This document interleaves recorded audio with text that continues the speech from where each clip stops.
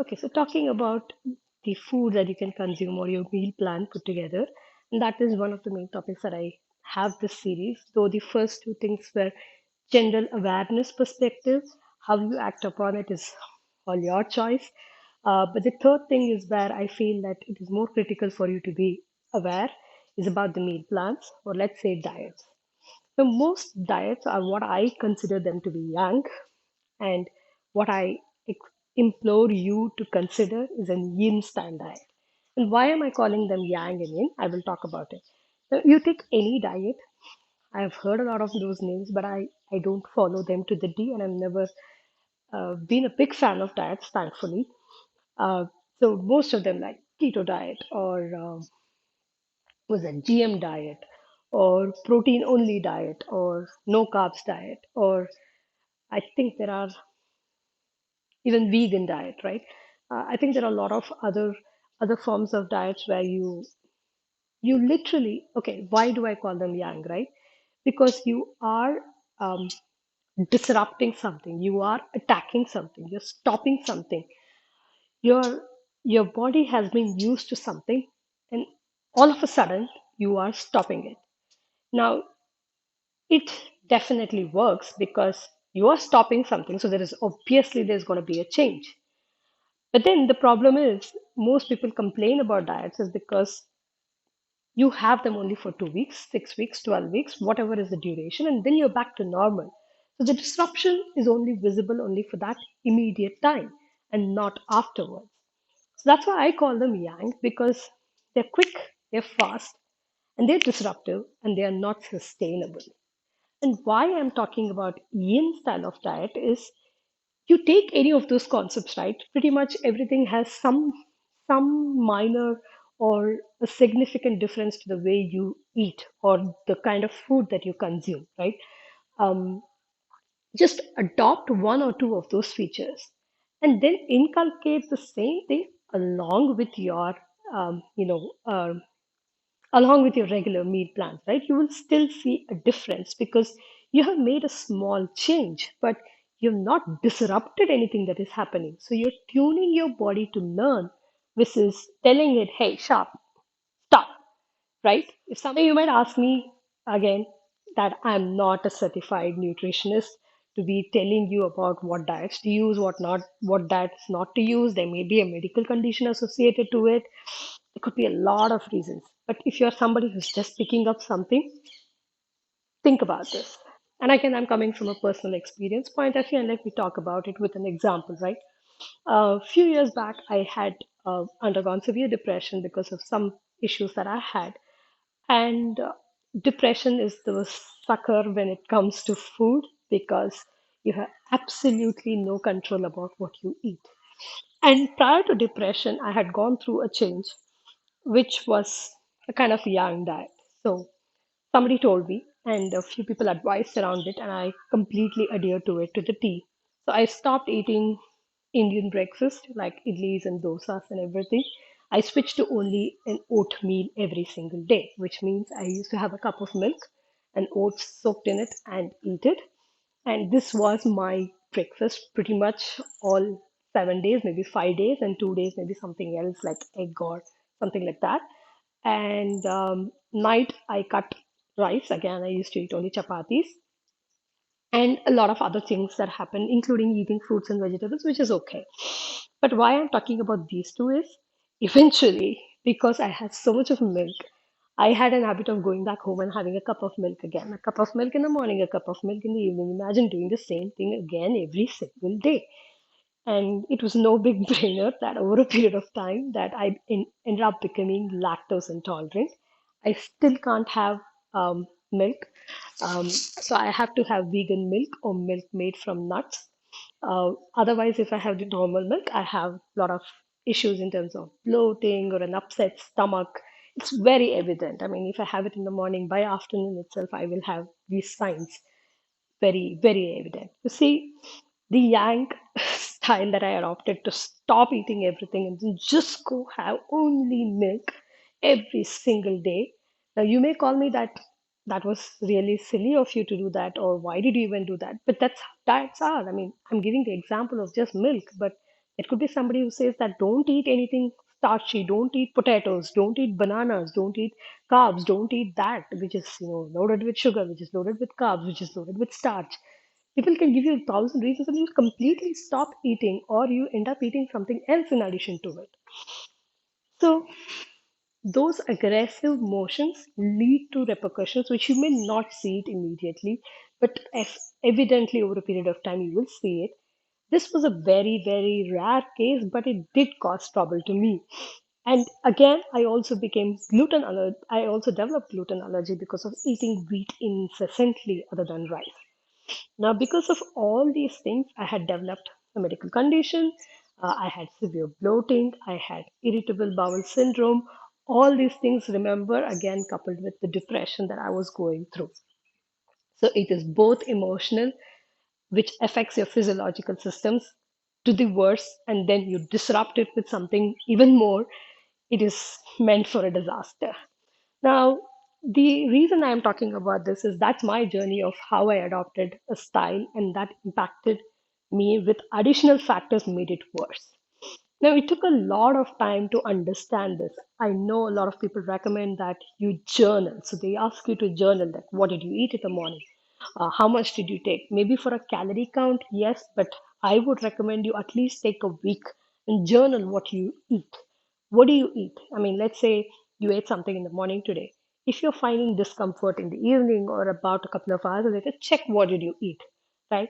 It'll help you identify things that your body is not comfortable with, or your body is not able to digest it better, or your body gives you signs that something is wrong.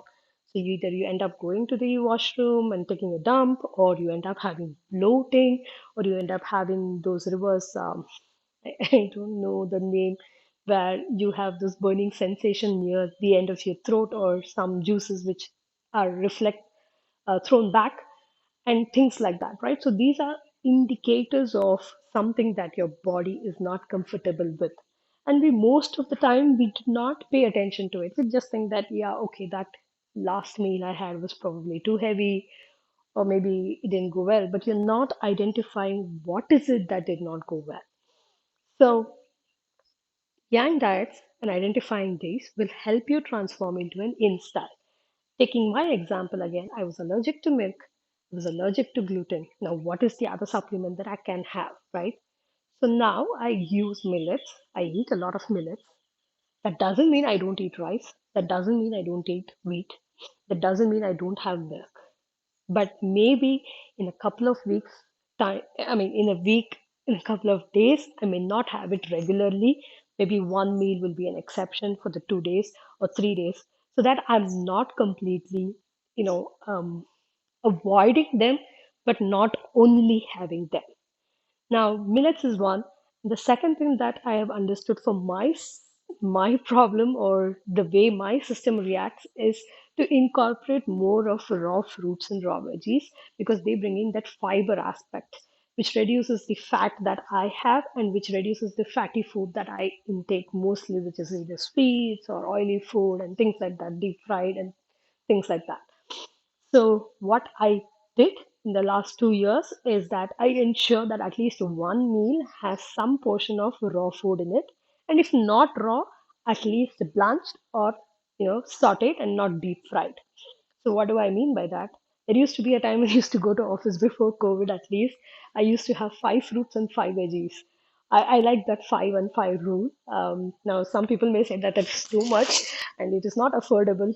Frankly speaking, it is not, because I used to be paying 1,000 rupees for food bill every week. But then it did make a lot of difference, because um, I did not change anything else. I used to eat the same food, whatever mom makes at home. Um, any curry, anything with millets. I replace rice with millets because rice still gives me that kind of a bloating feeling. And also ensure that I had more fruits and I have more vegetables. In the beginning, it was very difficult because I know we used to eat fruits, I know we used to eat vegetables, but it is difficult to adapt that taste of eating them raw, or eating them with less spices, maybe, or eating them as people recommend you to eat broccoli or avocado, and if you're not having that in your staple diet, like how in India it is not, but mostly it is because it is imported and it has better health nutrition that people refer us to start using them, and it's in the market, so you're tempted to use and try. And there are so many other fruits like dragon fruit, passion fruit, figs, and everything which is not generally consumed in this continent, right? And it could be applicable to you from any other part of the world. Maybe some other fruits and vegetables that you've not used through your childhood, you're suddenly exposed to them, and you don't know how to consume them the right way. So I took that as a challenge and I adapted it to my style. So to develop a liking for the taste of say avocado, I used to make guacamole, which is more like a spicier version because you can add, onion, garlic, and then you add some cumin powder or chili powder and salt, and then it starts tasting different. But that helped me get a feel for what avocado is like, and slowly now I can eat it by myself just like that, or I mix it with some fruits and stir up a smoothie and have it for breakfast. But I learned that the best way to introduce something is to introduce something into your diet the way you would like to have it. And that, of course, requires help. You need to convince yourself and you need to convince other people in your family who help make a meal to let them know that this is what you're going to have, this is why you're going to have, and help them be part of it so then it becomes easier. So, again, adapting a yang style of diet may not be permanent, but adapting an yin style of diet will become permanent. So even now, right? I mean, I don't have to tell myself that I have to eat fruits and vegetables. Automatically, I feel that some days I don't feel comfortable, and I know that if I have a bowl of fruits or if I have a bowl of salad, I'm going to feel much better, and it does reflect. And so it is quite natural that it has become my the regular meal plan. I mean, it's not something that I do for say 6 weeks or 2 weeks or 15 days and then stop it and then go back to what I'm eating and then do it. Now whatever I was supposed to do in the diet is slowly incorporated into everyday meal, and that is why I'm calling that as an yin style diet. So you take any of the yang style diets, you pick what they tell the most, right? You slowly bring only that aspect. Obviously, if you're going to do that, you're going to alter one meal, right?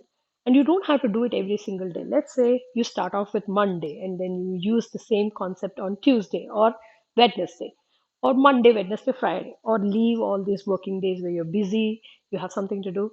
Try it on a Saturday, try it on a Sunday, right?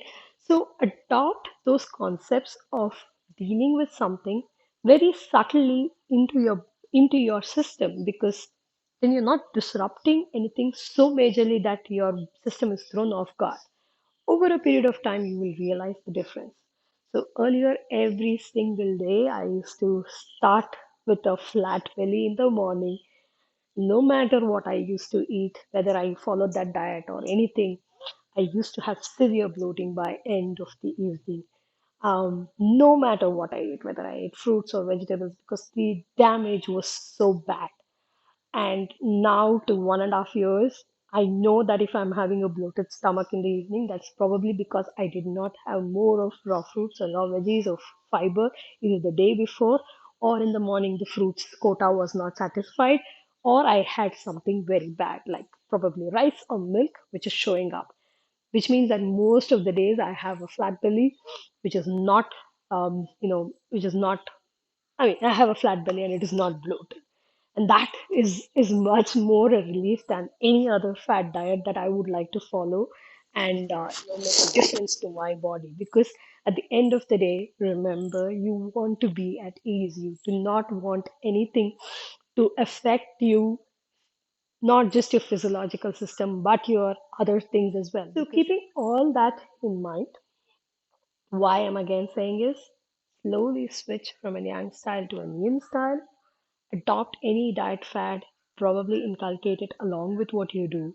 Again, you're not going to see immediate results, but remember this, that you put that into practice, it is going to become a part of your lifestyle. It's not going to be something that you have to do every 6 months or every few weeks in a time. It's going to be part of your life. And why again I spoke about my example of fiber. Um, Going back to the first topic that I told about age as a number and how the doctor kind of explained about a lot of people who have done research have realized that the genes behave a particular way and everything, all of that is associated to the way you diet and your yoga and yoga in general as an exercises or movement and then your lifestyle. And when it came to diet, the one thing that they concluded is calorie restriction. Again, doesn't mean you sit and count your calories to the T, but you ensure you eat a balanced meal through the day, incorporating some fruits, some fiber, some starch or carbohydrates, everything in its right proportions, not not tipping the scales, right?